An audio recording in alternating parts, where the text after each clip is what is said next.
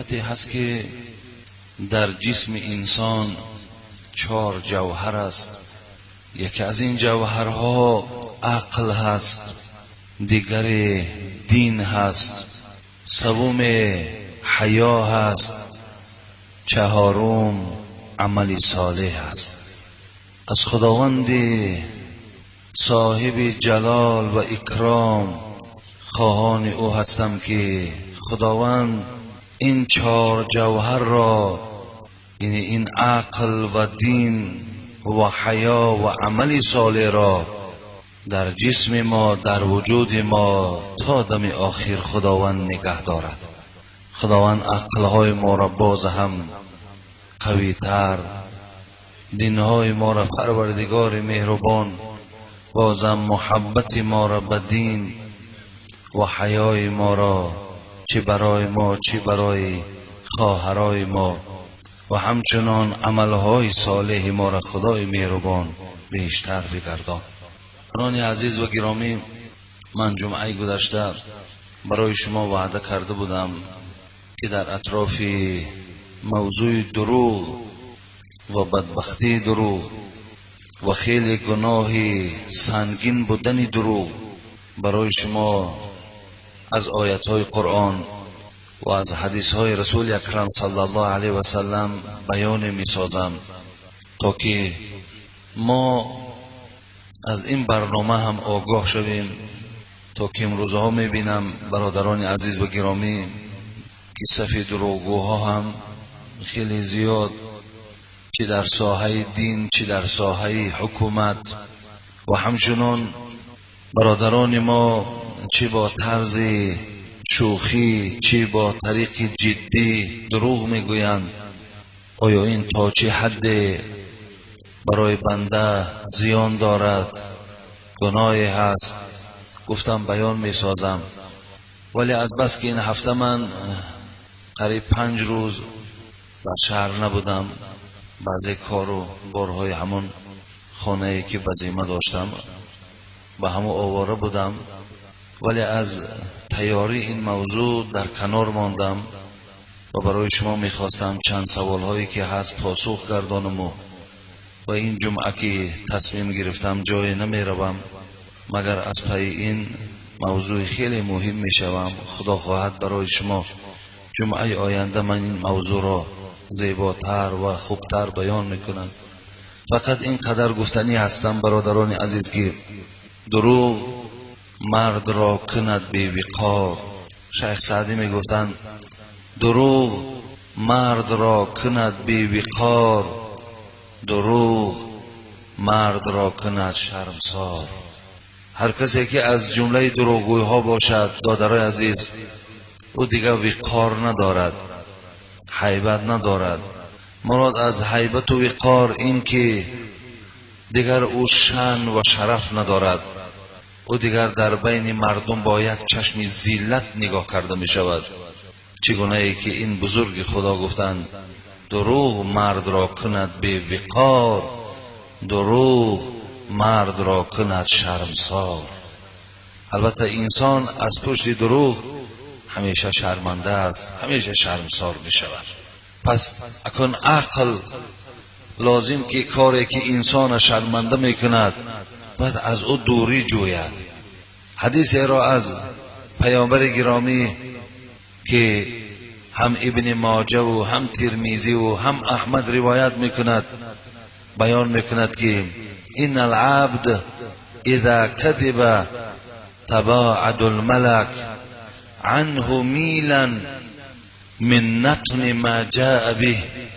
برادران عزیز و گرامی، که من یک حدیث را بیان میکنم و بعدا در سوالهای شما جواب میگردانم. هرگاهی که یکی از شما دروغ میگوید برادران عزیز، خواه با طریق شوخی گفتین یا با طریق جدی گفتین، هرگاهی که انسان دروغ میگوید پیامبر گرامی گفتن تباعد الملک عنه میلا، همون ملائکه هایی که در اطراف ما ایستادن او بسیار لازم و در کارن که خداوند برای محافظت ما و شما در نزد ما و شما گذاشتند، همون ملائکه ها از نزد ما و شما با اندازه میل میگریزند و دور می ایستند. از چی حساب؟ من نتل ما جاء به. پیامبر گفت هر وقتایی که انسان دروغ میگوید چنان یک بوی بد از وجود او خارج می شود که حتی ملائکه ها دیگر در نزد او ایستاده و بوییدن این بوی ده دیگر قوت ندارند.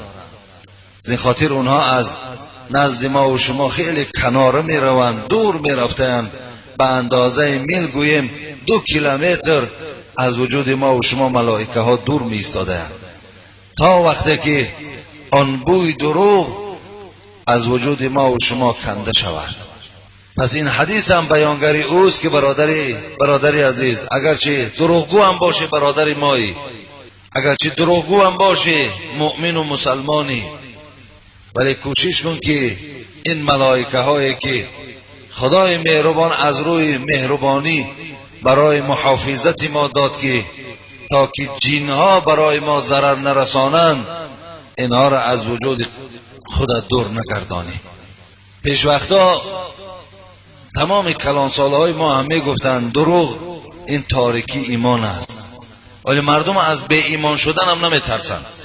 کجا گویم که وقتی که دروغ تاریکی ایمان باشد، انسان ها برای یک تاریکی ایمان دروغ بودن زبانشان از دروغ گفتن نگه می داشتند. امروز برادرای ما برای 4 تنگه فایده آوردن همون شعاری گور سوزد و دیگ جوشد برای خود شعار کردگی. من انشاءالله برای شما دادرای عزیز، خدا خواهد آن چیزی را که چشم در حدیث های پیامبر رسیده است و آن چیزی را که از آیات های قرآن من در دوام این هفته نگاه کردم ولی با پررگی که آنها را از خود نکردم، برای من به شما من این موضوع را با طریقی باید و شاید رسانیده نمیتونم.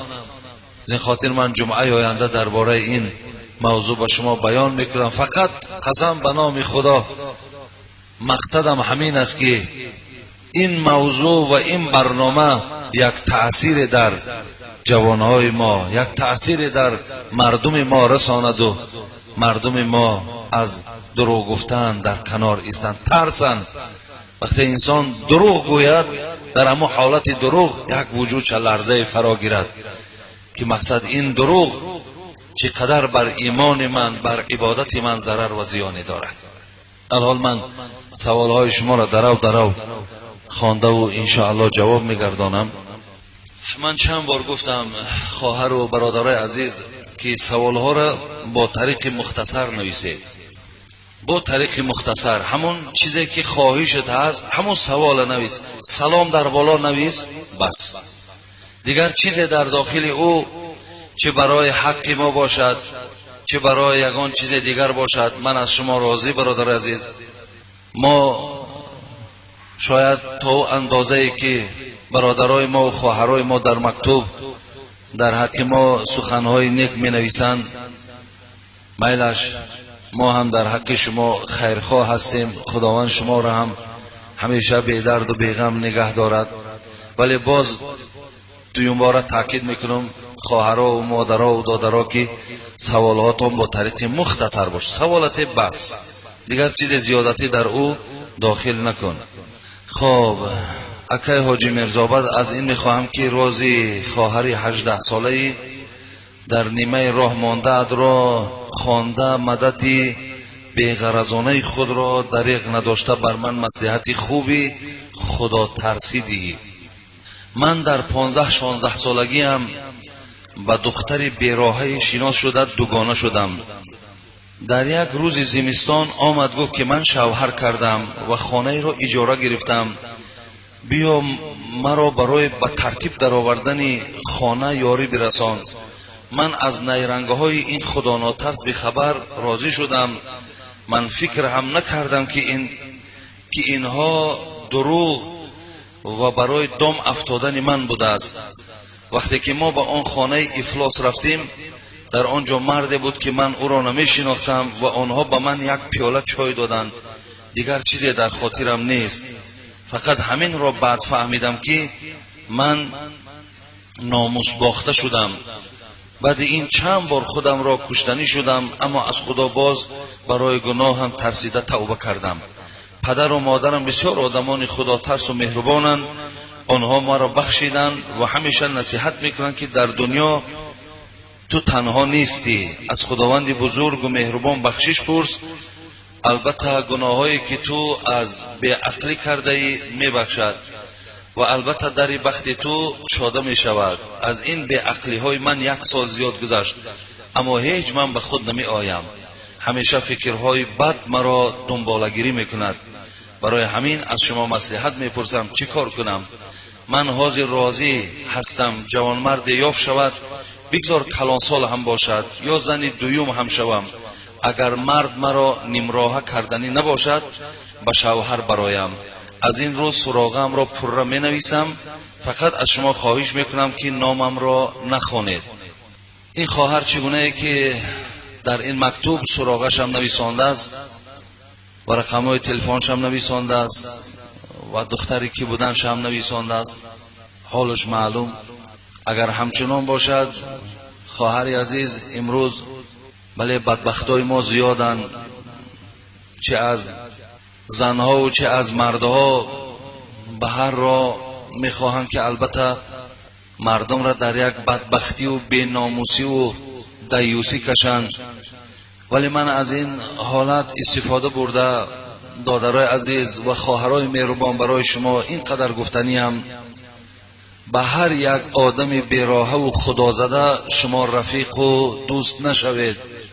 همه این سبب در او هست که این خواهر ما که اگر راست گوید با این دختر بیراهی که شناس شدن و با نیرنگهای او افتیده و گویم که در حیات خود یک داغی گذاشتن. ببینین دختری که انشاءالله اگر در همون عفت و در همون آبروی خود قرار می گرفت، 10 انسان نزد دروازه اینا برای خواستگاری می آمد. امروز که دیگر دروازه بالای این خواهر ما پوشیده می شود، خواستگارها دیگر سراغ نمی آیند. خود این خواهرها مجبور می شوند که برای زن دویم یا مرد کلانسال را گرفتن برای او خوش می آید. ببین همه این سبب در چی؟ سبب در این که دوگانه ناخوب است. برادرای عزیز و خیلی مهربان، شما هم بالای دختراتان نظارت داشته باشید. شما هم نگاه کنید که دختراتان با کیها دوگانه هستند، بچه هاتان با کیها رفیق هستند. شما این چیزها را نغز میدانید، خداتان نغز حس میکنید. نظارت کنید برادرای عزیز و گرامی. پدر و مادر این خواهر ما چیکار کند در یک حالتی که دیگر هر چیزی که بود شد، دیگر راه حلش نیست. بعضی از خواهرای ما تا اندازه شدن که امروز می آیند برای ما بیان میکنن که داملا مقصد ما در همین حیات فریب خوردیم، دستی به زنا زدیم، امروز امکانیت داریم که خودمان با دختری کته کرده و با در یک جوان تسلیم کنیم. در این چی شما مصلحت میتید؟ شما یک کم ترک کن دادرای عزیز، از روی گفتار این خواهرها و از رفت این کارهای زمانه خلاصه برداری کنیم که در میان 4 دریا تخت بندم کرده ای، باز میگویی که دامن تر مکن هوشیار باش. از 4 طرف ما و شما چه نیرنگهای، چه فسق، چه فساد، چه بیناموسی های ما را فرا گرفته است. فقط در اینجا برادران عزیز، فقط زیرکی، فقط ایمانداری شما انشاءالله شما را از همه جهت خلاص میکند. ولی به هر حال دادرای عزیز، برای کسی این خواهر لازم باشد، خواهری که نیمراه و فریب خورده شده است، 18 ساله، اگر یگان مردی گوییم که با ناموس و با ننگه که اراده گفتی خواهرمان خوازن دویمش میکند، خوازن اولش میکند، سراغش نزد ما هست، بیایید روید با اون مثال مصلحت کنید، کاری ثواب است. بگذار بعضی از ناکسایی که این خواهرای ما را در یک حالت ورطه هلاکت میگذارند، ما از جمله کسانی هستیم که دوست آن باشد که گیرد دست دوست در پریشان حالی و در ماندگی. ما در این حالت‌ها ان شاء الله از دستمون آمدگی را در حق هر خواه جوان باشد، خواه گوییم که جوان پسر، خواه جوان دختر، ان شاء الله نیکی ما روا میبینیم. ولی به هر حال هم بینیم که اساس همه این سبب دوگانه یا رفیق است. کوشش کنیم. پسر نوح با بدان بیش است، بچه پیامبر با آدم بد نشست. بچه پیامبر، برادران عزیز، این کار شوخی نیست. پسر نوح با بدان بیش است، خاندان نبوتش گم شد. سگ اصحاب کهف روز چند پی نیکان گرفت و مردم شد. با بدان کم نشین که صحبت بد، گرچه پاکی تو را پلید کند. آفتاب برین بزرگ را پاره ابر ناپدید کند. ابر با آفتاب نشست، دنیا تاریک شد. این خاطر همیشه با آدمان خوب هم نشین باشین دادرای عزیز، خواهرای مهربان، تا که شما هم در همین حالتی وزنی نافتین.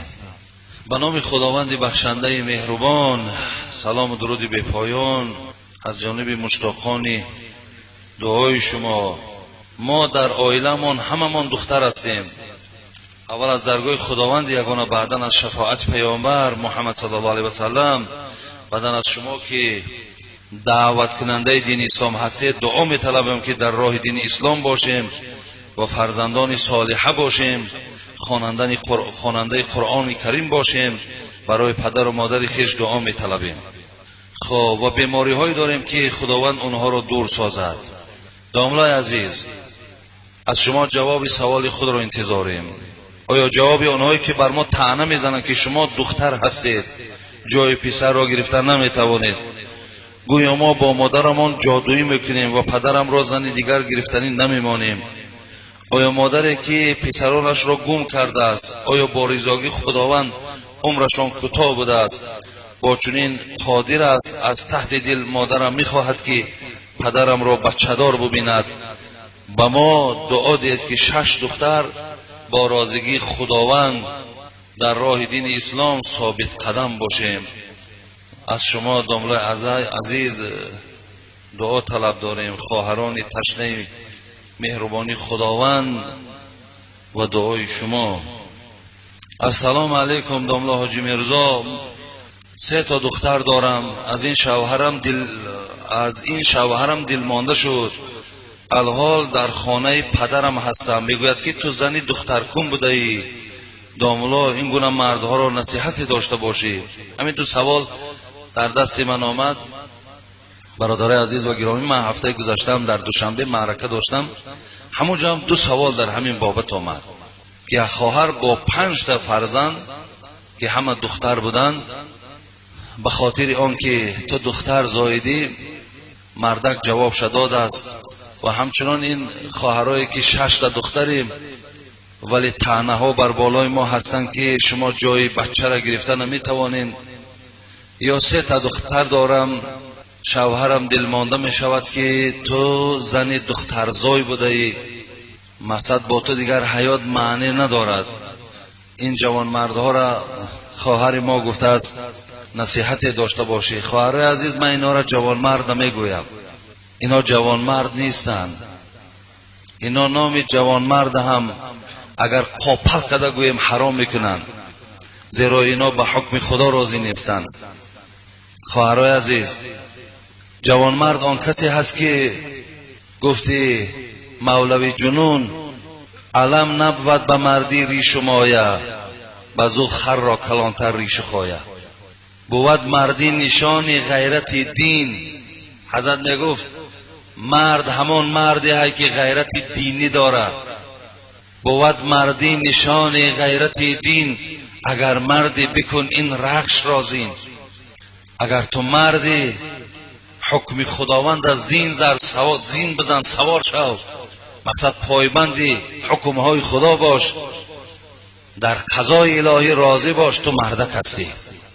و الا همین جوان مردی است که 3 تا دختر 5 تا دختر، خب از نوازش پدر دور، از مهربانی پدر دور. اونا هم دخترهای پدردار را میبینن، اونا هم نوازش پدرها را میبینن. در دل او وقت درد پیدا میشود، تا از کجا برکت میابی؟ تا از کجا دیگر فیض میگیری؟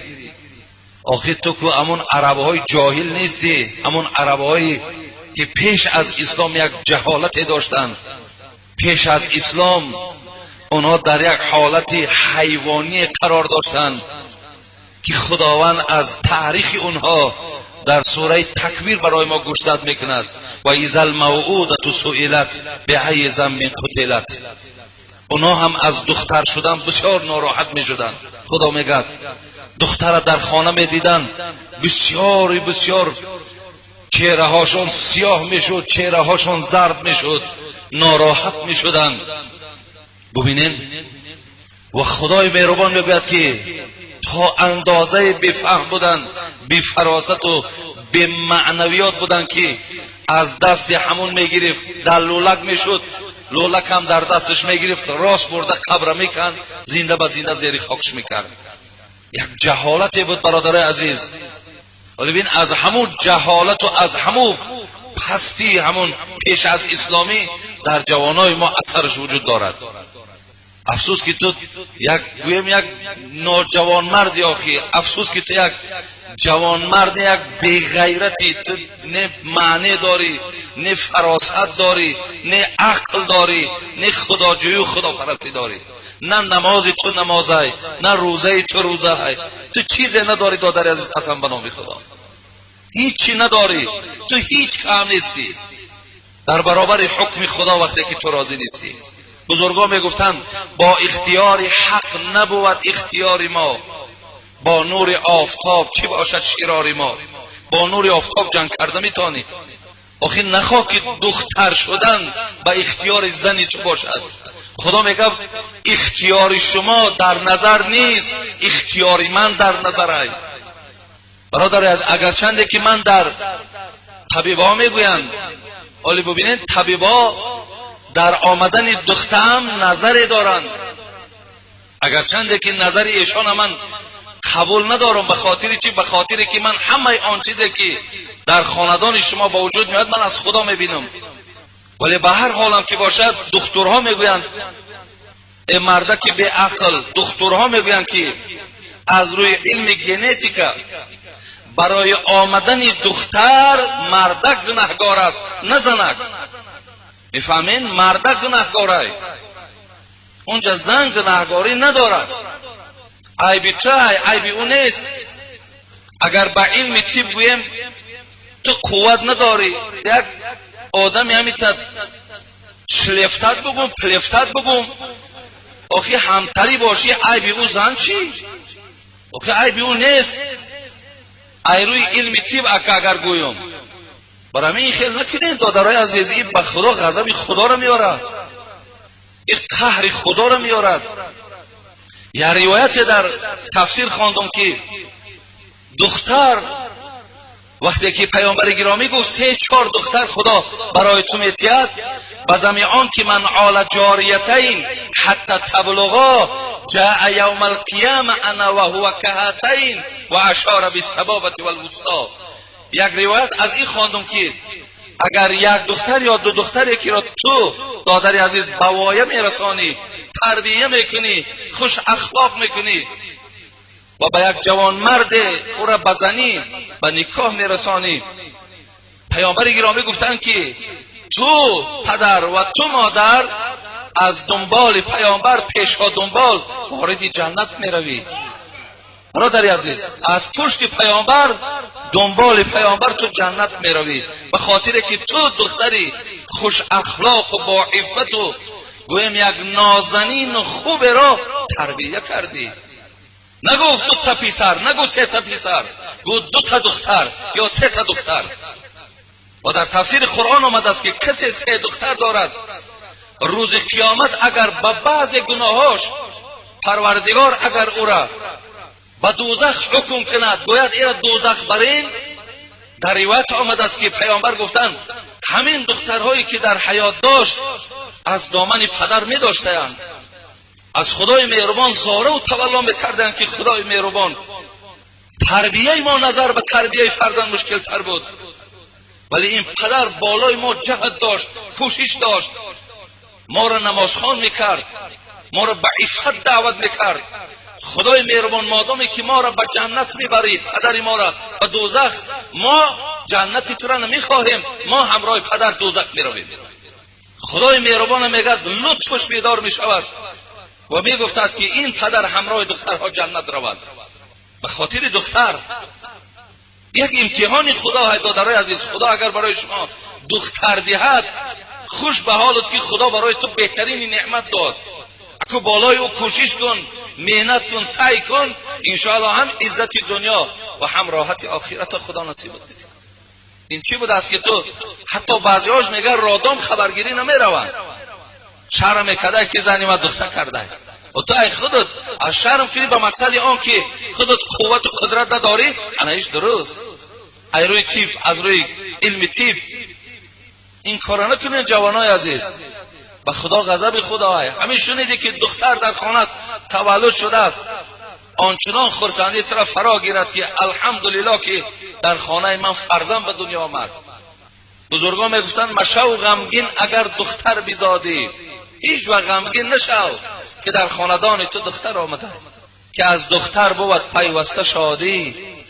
بسا دختر که صاحب تاج گردد، به نزدش 100 جوان محتاج گردد.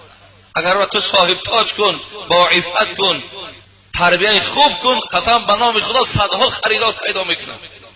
این از تعلیمات اسلام برای دخترها. خدا دیاد مثل رابعه واری دختر، هم دنیات آباد و هم آخرتت. خدا اگر فرزند مثل بچه نوح کنعان گرداند، ما بیزاریم از همین خیل فرزندی بد اخلاق. خواهرای از شما هیچ وقت دل شکسته نشوین که گویا شما جای بچه را عوض کردن نمیتونین. زیرا در تاریخ چنان زنهایی گذشتن که حتی بیان هست که میگه جای نمازاشون در زمین نه، حتی نماز میخواندن از حساب عفت و پاکی. اون حالتی که بالای رابعه بود، اون سوالهایی که بر رابعه شد، اون جوابهایی که از رابعه گرفته شد، دادرای عزیز کتابها را نظر کنین به نام خدا. این خیل جواب از زبان کم مردها صدا دادگی است. السلام علیکم حضرت داملا، 3 سوال دارم، التماس میکنم جواب گردانید. آیا در جنت از مال این دنیا وجود دارد؟ یعنی در جنتی که خدای مهربان اگر همه ما و شما را نصیب بگرداند و همه ما را خدای مهربان واردی آن جنت جاویدانیش کند، آیا در همون جنت از آن چیزی که از مال این دنیا هست در اونجا هست یا نیست؟ رسول اکرم صلی الله علیه و سلم گفتند لیس فی الجنة شیء مما فی الدنیا الا الاسماء. این در کنز العمال. رسول اکرم صلی الله علیه و سلم گفته بود است که در جنت از مال دنیا چیزی نیست، همه آن چیزی که در جنت است از دنیا بالاترند، بهترند، دیگرترند. در جنت هیچ چیز از این مال دنیا وجود نداشته است. پیامبر گفتند مگر چی؟ الا الاسماء، مگر نامهامون در جنت همین نام است. گفتم پیامبر هر کدامون به همین نامی که در دنیا داریم با همین نام یکدیگر صدا میزنیم، با یکدیگر در همون جا با همین نام گفتگو میکنیم. دیگر همه آن چیزی که در جنت هم بالاتر و زیباتر و رنگینتری از این دنیا هست. دوم، شیر حیوان خودمرده را جوشیدن و خوردن درست است؟ نزد مذهب امام احمد، امام ابو حنیفه دادر عزیز، اگر حیوان کشته شود، یعنی ذبح کرده شود و همچنان خودمرده شود، در پیستانی او اگر شیرم باشد، رخصت است بر این که شیر را ما جوشیم و استفاده بریم. نزد مذهب ماندم این اجازت دادم. اگرچند در اطرافی با اختلافای امامین هم هست، امام مالک هم هست. حضرت امام مالک میگن نه و دیگر حرام است خوردنش، ولی حضرت امام ابو حنیفه هم گفتن چی گناهی که استخوان مرده را، پوست مرده را، پشم مرده را استفادهش درست است، همچنان شیرش هم درست است استفاده بردن. سوم، پیش از زنگیری میخواهم عروس شونده را ببینم، پدرش رخصت نمیدهد، چی باید کرد؟ در شریعت دادرای عزیز قانون همین است که ما پیش از زن گرفتن حق دیدن زنها را داریم. یعنی پیش از آنه که شما هر کسی را که برای خود عروس انتخاب میکنین، با او زندگی خود میخواهین برپا کنین، شما حق دیدن اونها را پیش از نکاح دارین. چگونه که حضرت مغیره ابن شعبه میگوید به خانه آمدم، گفتم که دختری تو برای من بسیار بسیار معقول است، من همین را به زنی میخواهم گیرم. قبلا که با پیامبر صحبت داشتم در این باره، گفت رو او را ببین. بعدا میگه پدر و مادرش رخصت ندادن که من دختری اونها را ببینم، ولی از داخل میگه آن دختر که صدای مرا میشنید که من با اونها میگفتم آخه من نزد پیامبر بودم، پیامبر مرا روان کرد، گو رو دخترشون ببین، اگر معقول شود باید در نکاح تو درآرند. میگه این دختر از داخل برآمد و گفت تو را پیامبر روان کرد؟ گو مرا پیامبر روان کرد. گو تو میخواهی مرا ببینی؟ گو میخواهم ببینم. میگه در داخل یک چادر پیچانده بود، میگه چادرش بیراه کردن و آن چیزی را که ما برای دیدن روی، دست، پای دیدن که مثال اجازت است، در اما حالت مثال پیش از نکاح هم ما میتونیم چهره های زن نگاه کنیم، میتونیم به دست ایشان نگاه کنیم، میتونیم به پای ایشان نظر کنیم، وقتی ما اگر اراده گرفتنی او را داشته باشیم. حضرت جابر میگوید وقتی که من اراده زنگیری کرده بودم و یک دختری را بسیار بسیار میخواستم که باید در نکاح خود درآرم، دائم نگاهم همین بود که پس یک درخت بود میرفتم پس اون درخت پنهان میشدم، او از خانه که میبرآمد میرفت میآمد، من دائم نگاهش میکردم. یعنی ببینین همون حرکت های صحابه پیامبر هم دلالت بر این میکند که نظر کردن او البته جایز است، درست است. فقط یک کار کنین دادرای عزیز، همچنان زنهای مدینه هم که صحابه پیامبر میگه وقتی که ما میخواستیم کسی را بزنی گیریم، پیامبر میگفت آیا تو باید دیدی؟ میگفتیم نه. میگو رو ببینین، زیرا در چشمهای زنهای مدینه عیبی وجود دارد. بعضیا میگفتن که خال وجود دارد، کنیا ببینین که معقول تان میشوند یا نمیشوند. یعنی اینا دلالت بر چی میکنن؟ دلالت بر این میکنن که دیدنی عروس شونده پیش از نکاح جایز است. و همچنان شما میتونین که همون عروس شونده را دعوت کنین، مقصد در روز به فلان جا را بیا، او همراه محرمش باشد، خواه همراه خواهرش، خواه همراه برادرش، خواه همراه پدرش، خواه همراه مادرش، به فلان جا را میآید، شما در اونجا باید نظر میکنید. یا شما میتونید در خانهش در حضور همون محرماش شما مثال از این زنها، از نگاه این زنها استفاده برید. حتی شما حق گپ زدن هم دارین. بسیاری از مکتوبایی که در دست ما میآیند ببینیم دختر ناریضا است یا بچه ناریضا است، یک دیگر را ندیدن، اگر در اونجا صحبت ها شود چندین دخترها را آوردن که حتی از بچه هایی که قبلا با اونها میگشتن 2 ماه و 3 ماه حامله دار بودن که اونها آمده در ما بیان کردن که مثال ما همین دختر را گرفتیم، همین خیل احوال های چیکار کنیم. ببین اگر قبلا که با این یک ملاقات میشد، همون دختر هم همون شبه که همین جوان قطعی پدر مجبور که وقتی که به همین جوان میتید، همون شب مقصد جوان نزدیکی شیدن نمیماند، میگن من 3 ماه حامله دار از فلانی هم. اگر همین ملاقات میشد قبلا، همین دختر به همین میگفت، ولی ندادن، همین امکانیت ندادن که اینا روبرو شوند، یک چند دقیقه با یکدیگر صحبت کنن، از یکدیگر بیان کنن. انا بعدن چی میشود؟ بعدن همین مشکلات ها و همین مصیبت ها رخ دادن میگیرن. برای همین دادرای عزیز حق دارین که شما پیش از مثال نکاح کردن شما ببینین همون عروس شونده ها. السلام علیکم داملا حاجی میرزا، من یکی از مخلصان شما به نهایت دوست می‌دارم. نامشم گرفته است و همچنان ناحیه‌ش هم گرفته است، شرط نیست خواندن.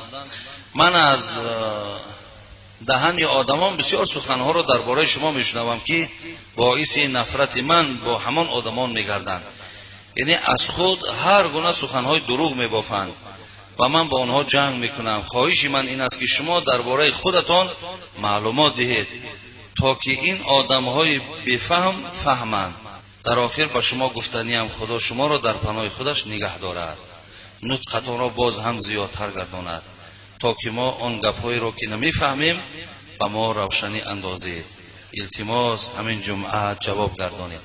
من درباره خودم چی گویم برای شما؟ شما گوین همون مسئله‌ای که برای شما لازمه من برای شما بیان کنم که از من برای شما چی حاجت است، چی درکار است، سین سالم درکار است، کجا خواندم، چند زن دارم، چند قد پول دارم، چند خانه دارم، همین شما نویسین من برای شما جواب گردم. من یگان آدمی گفتی همون روسا اتکراوی نیم، من تعریف پوشیده چیز ندارم، چیزی از ما آزاد آشکار میگم دادرای عزیز.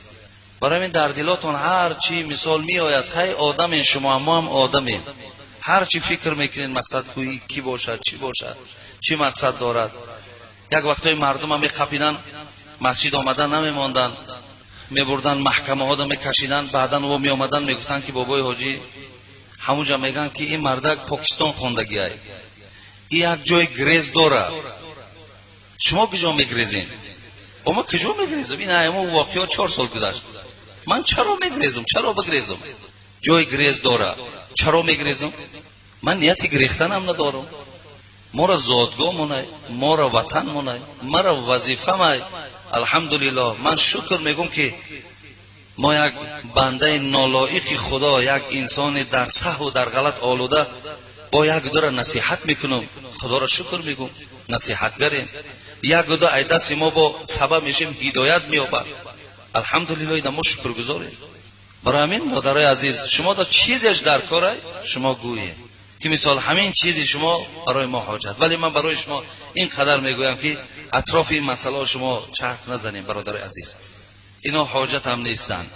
فقط شما گفتی حضرت علی رضی الله عنه نگاه نکن کی میگوید، نظر کن که چی میگوید. شما کی هست وای اونش کی بدن وای شما جستجو نکنین، بلکه نظر کن که چی میگوید. گفتن شما اهمیتیه. برای من هر چی در راست ما میگن دادرای عزیز، والله که ما از همه خالیم با حرمت همین قرآنی که در پیشم است، والله بالله تالله اون چیزی که میگن من خالی هستم. من کوشش میکنم، همیشه سعی میکنم که خدای مهربان هیچ وقت ما را در همین راههای نادرستی که شریعت ما قبول ندارد ما در همون راه نباشم. ما از اون دوری میجویم دایم برادرای عزیز.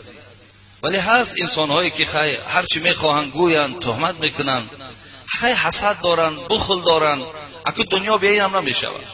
چیلی که میگویم به همه خوب شیدن نمیتانی، اگه ما هم معنی را ندارد که همین مسجد آزی اگر 4000 شستگی باشین همینجا صدها دشمن داریم ما، همینجا می نماز هم میخوانه بیرون میبرد با صدها گپی دیگر.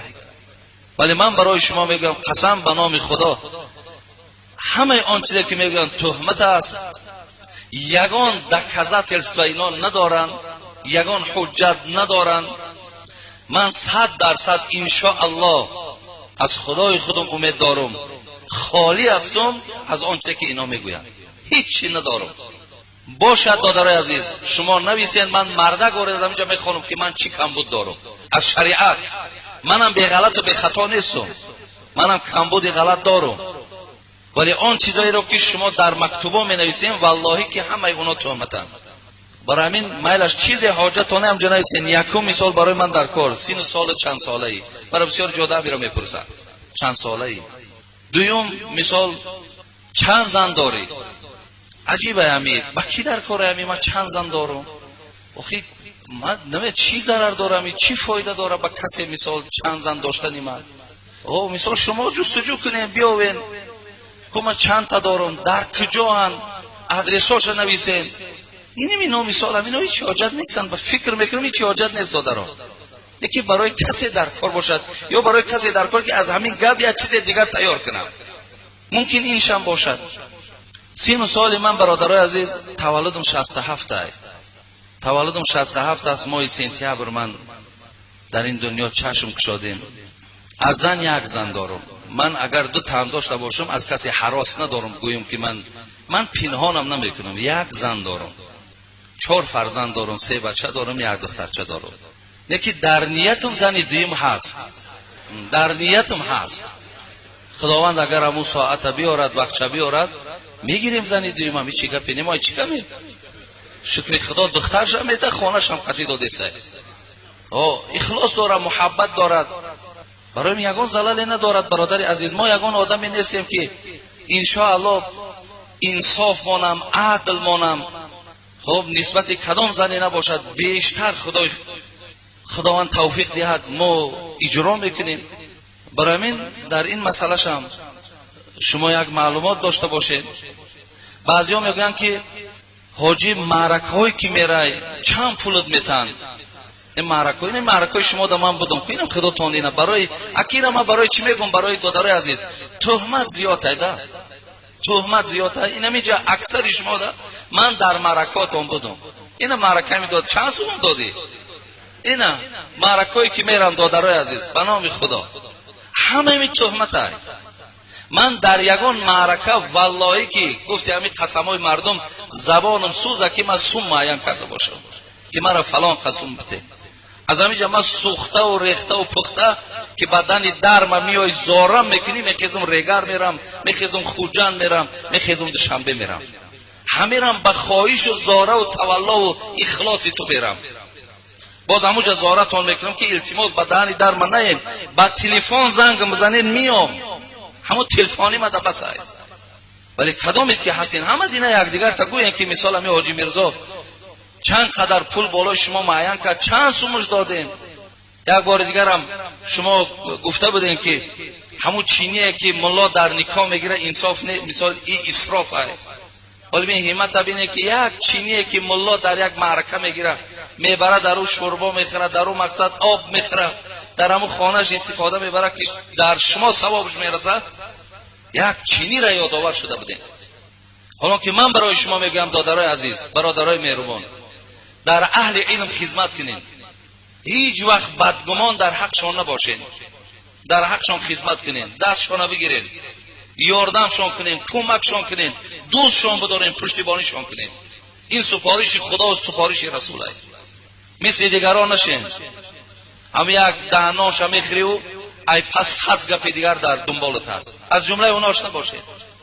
برای همین کدام شما در چین معلومات بیشتر در کار شما گوین، من برای شما بیان میکنم، هیچ جای چیز ندارد. فقط این قدر میگویم که الحمدلله که من چیزی ندارم که در همون راست مرا زبان کوتاه کنن. خداوند قرآن دا میگه که از شما دا دیده عالم ها از خدا بیشتر میترسند. ما هم پگم مردن داریم برادرای عزیز، ما هم خانه قبر ما از قبرای شما فرق میکنه، راحت شم عذاب شم. خب همینجا یک مکتوب آمده است، همین را میخونیم. ممکن به همین. السلام علیکم دولای محترم حاجی میرزا، ما یک گروه دوستان و برادران شما از فلان ناحیه، من ناحیه اوشن نمیخونم به خاطری با گپ نشدم، در سنه 11 ایون سال جاری از طرف بعض شخصیت ها با دست شما نامه افتاد که در آن گویا 2 حاجی زید امر به معروف و نهی از منکر برآمده باشند. آنهایی که این نامه را روان ساختند فقط یک نقطه را هدف قرار دادند که آن هم زید برآمدن بر گفته های خدا. اما خیلی جای تأسف است که آنها از بیان حقیقت خیلی فاصله گرفتند. بعد ثبت این فتنه که از طرف شما شد، آن روز یا فردا کسی آن ثبت را آورده در مسجد داد و گفت این را شما گوش کنید که این برای شماست. این خود دلالت بر این است که این همان نقشه پیش بینی شده است. بعد شنیدن این موضوع که حقیقت در آن نیست، ما به خود آر ندانستیم که خاموشی را اختیار کنیم. من جمعه گذشته یادتان باشد تا مکتوب آمد که 2 حاجی امر معروف جانبدار نیستند، زیدن، دشمنن، مبارزه میبرند. که من آنچه گفتنی بود، من قسم به نام خدا هدفم حاجی نیست، هدفم عامی و شیخ و ملا نیست، هدف من عامه. آن چیزی را که حکم شریعت برای کسی نباشد من او را بیان میکنم. ایتا غرض ندارم که این برای کی باشد. خب بنابراین ما خواستیم که در این مکتوب شمه از وضع کنونی این مردم با این مسجد صحبت کنیم. اولا جناب استاد آگاهند که مردم این ناحیه مدت سالهاست که از سبب نبودن مسجد جامع در رنج و پریشانی عمر به سر میبرند. به فضل پروردگار در این سال جاری مردم ناحیه به مسجد حقیقی جامع مشرف شدند و این هم باعث افتخار مردم است. اما صدها افسوس که در هر زمان کسان و گروه‌های وجود دارند که بر ضد آرامی دولت و مردم تلاش میکنند. محترم داملای عزیز، بر شما معلوم است که انتخاب و تعیین هر امام مسجد جامع در کشور ما قریب پره از طرف حکومت است و طبق قانون تعیین شده دولت غیر از امام مسجد و یا زیردستان امام کسی در امور داخلی مسجد و یا در عنعنه و مراسم هایی که بر زیمای مسجد جامعه دخالت کرده نمیتواند. اما بعد از آن شخصانی که این نامه را که هدف آنها نه برای آبادی اسلام و نه برای روشن ساختن سطح فکری معنوی مردم است و فقط مقصد اختلاف و پراکندگی و از هم پوشیدن این مردم را دارند و محضر شما با دیگر هدف یا مقصد شوم روان ساختند. امر به معروف و نهی از منکر با فضل خدا در مسجدها جاری اند و آن گفته های بی اصل و پوچ خطا و باطلند. محترم دامنای عزیز، ما از وضع کنونی این ناحیه و این مردم شاید آگاهتر هستیم و مقصد ما باز هم آبادتر و زیباتر ساختن خانه خدا و دین خداست. بنابراین از جناب استاد احترامانه خواهش می‌نماییم که بعد به دست رسیدن نامه ها اول با دقت بررسی و تفتیش شود، بعدا پاسخ دهید. ما از استاد خواهش داریم برای رد این مسئله که حقیقت در آن نیست نامه ما را بررسی کرده پاسخ آن را از منبر رسول خدا جواب گرداند. ناگفتن نماند که ما خیلی خواهش داریم که در حضور شما آن برادران نامه روان کنندگان و ما حضور یافته این مسئله را بررسی نماییم که این هم برای منفعت دین خدا. آرزوی ما در این حیات خوشنودی و رضای خدا و آبادی و زیبا ساختن دین خداست. در آخر برای استاد گرامی از خدا عمر دراز خدمت در دین خدا مسئلت داریم. نامه روان کنندگان نه خادم مسجد جامعه، خدا نگهتان دارد و دارد. خیلی نامه پرمعنی و خیلی نامه انشاءالله شاید فکر میکنم که از داخل قلب است. ولی برادرای عزیز و گرامی، باز من قبلا چیزی که برادر گفت که شما اول تفتیش کنین بعداً بررسی کنین، من اولا یک طرفی را برای خود اختیار کردم که نام کسی را نمیخوانم اگرچه نامه هاتون اونجا هست و نام ناحیه را هم نمیخوانم. این معنای او را دارد که یعنی این سوال برای اون ناحیه و برای اون شخصیت ها نیست، این برای همه هست. و برادر عزیز، من با این برادرایی که این مکتوب الحال نویساندن با اونا ملاقات کردم. بسیار از حاجی های خوب و حاجی های نیکی بودن که پیش من آمدن. ما اینجا درباره همون دو حاجی که امر معروف گوی و زید باشند که من مقصدم اون دو حاجی نیست بلکه تمام چی حاجی و چی غیر حاجی که امر معروف زید باشند معلومات دادم. ولی این برادرها بیان کردن که نه، مقصد ما مسجد جامع ساختیم، آبادی ها کردیم، در این آبادی ها همین آدمانی که قبلا برای تو نامه روان کردن تماما دست یاری دراز کردگی نیستن، طرف همون مسجد تماما روان نیستن. در همونجا کسی بود است که حتی که خارج خواندگی است موعظه میکند، موعظه ش میگه گوش نمیکنن. یعنی بعضی چیزهایی را بیان کردن که البته ما ملال میشویم از کسانی که برای اختلاف و فتنه انداختن برای ما سوالی را ارسال میکنند. دادر عزیز، و باعثی گویم ملالی اون برادرانی میشن که در اصل در این کار اونا دست ندارن. ولی حاجیای محترم، خدا نگه دارد شما را که شما الحمدلله که در این کار یعنی آلوده نیستین، وزید نیستین، شما جای ملالش نیست. ببینید که مثال کسیتا را برده در دست خود اونا داده که بگیر اینا برای شما هن. البته کار شما غلطه دادر عزیز. اگر شما از برای خدا هم تصور کنین بردن کسیتا در دست یک آدم دادن یعنی معنای گویم که ناراحت کردن و اختلاف انداختن و جنگ انداختن بین دو نفر یا چند نفر می شود. حالا که باز من هدف خودم بیان میکنم برادر عزیز که من آن چیزی را که میخوانم جواب عموم میگردانم، من نفری را در ذهنم والله که ندارم. برمین حاجی های محترم، اگر به شرطی که شما از این گفته هایی که در مکتوب قبلا بود شما اگر خالی باشه و در شما اینها همچون یک تهمت کرده باشند و برای شما را ناراحت کردن باشند، من از شما عذر میخواهم. من هیچ وقت البته در شأن کسی هم سخت گفتن و درشت گفتن از این منبر اختیارم نکردم، کسی را نمیخواهم که دل شرن جانم. برمین خداوند بازم شما را عزتتان بلند گردانه و که شما همیشه پایبندی آبادی مسجد هستین، پایبندی زیبا کردن مسجد.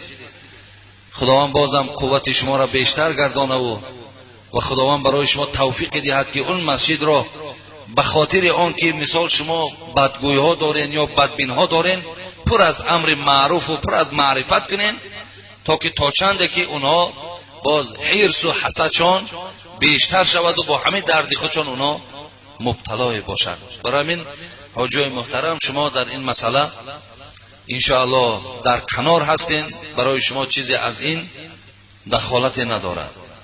من یک خواهر اسلامی شما از ناحیه بلجوان، من مادر 5 فرزند، شوهرم در شهر دوشنبه کار میکند، بسیار خشمگین میباشد. روز با تلفن زنگ زد و از ترس تلفن را نگرفتم. برای همین گناه هم با تلفن همسایه زنگ زد و با او گفت که رفته با عائله من بگو که طلاقش کردم. و بعد 1 ساعت باز زنگ زد و گفت که 3 طلاقش کردم. همان همسایه شب خواب کرده، روز دیگر آمد و با من همین سخن را گفت و من با گوش خودم نشنیدم و با عقل خودم باور ندارم که همین طلاق باشد. و از شما خواهش میکنم که با پرگی با سوال من جواب گردان. لیکن من از شوهرم جدا شدنی نیستم. حاجی شیرین زبان همچون پیشوا از شما التماس میکنم که روایتش را یابید و در کسیته ها ثبت کنید که همسایه با من طعنه میزنند. و من از خداوند التجا میکنم که چنین پیشوا بر ما میسر گردانیده است.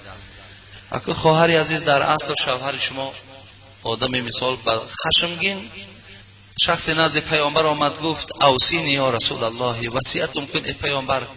پیامبر در جواب این مرد گفت لا تغضب، غضبناک نشو. گفتن او میگه دویم باره گشت با حیرای دور آمدم حضرت با یک نصیحت دیگرم که گفت لا تغضب، غضبناک نشو. 3م بارم همین باز گفت. حضرت گفت آخه من باز یگان وصیت دیگر گفت غضبناک نشو.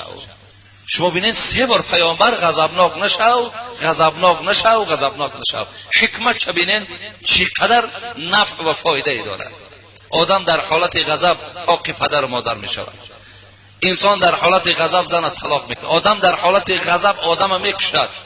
آدم در حالت غضب زنش میکشد. ولی همه در حالت غضب.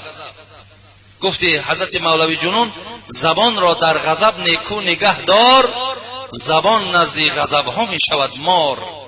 ببینید همین زبان در غضب نیکو نگه دار که این مثل مار می شود. گزد ناگه دلی رنجیده ای را، کند محزون و مجروح بنده ای را. البته این به مثال مار می شود که صدها دل می گزد، صدها دل آزار می تید. به این خاطر این خشم است که ببینید که برای یک نگرفتن تلفن مقصد زن طلاق کردن. برای همین خواهر عزیز جواب شما همین است. وقتی اگر گفته باشد شما که میگوید باور ندارم، پس از خودش پرسیدن در کار. اگر گفته باشد که طلاقت کردم، این در مسئله ها وقتی گویی که طلاقت کردم، این طلاق رجعی می شود. یعنی می شود که باز درو به همون به نکاح به همون رجوع میکنی، یا در کنار میگیری، شب بوسش بزنی، باز زندگی درست رفتن میگیری.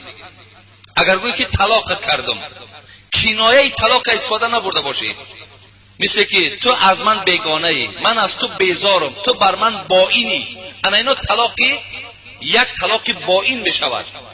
بعد این اگر 3 طلاق میکرد طلاقش حساب نمیخورد.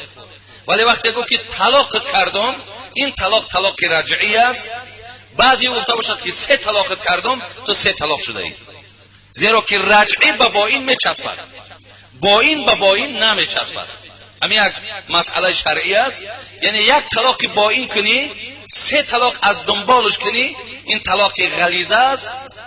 و آخر دعوانا ان الحمد لله رب العالمین. پروردگار مهربان، به حقیقت گفته های اسلامت، حبیبت ما را عمل کننده بگردان. و خدای مهربان در دل این قوم جمع ما، در دل این مردم ما، محبت نماز با جماعت را، محبت مسجد را داخل بگردان. و خدایا نگذار که ما یک نماز در خانه خوانیم. در دل ما اینقدر توفیق رفیق بگردان که بیقرار شویم در مسجد آمده نماز با جماعت خوانیم. و آن اجرها و ثوابهایی که در این نماز با جماعت است خدایا برای این محبان نماز با جماعت نصیب بگردان و خدایا عاقبت ما را به خیر بگردان، مملکت ما را پروردگار آرام بگردان، همه اختلاف ها را از بین این مردمی جمهوری ما برداشته بگردان و ملک ما را پروردگار آرام بگردان و با شکوه بگردان و اقتصادش را در بین همه دولت های همسایه بلندتر بگردان. ربنا فاغفر لنا ذنوبنا وكفر عنا سيئاتنا وتوفنا مع الابرار برحمتك يا ارحم الراحمين.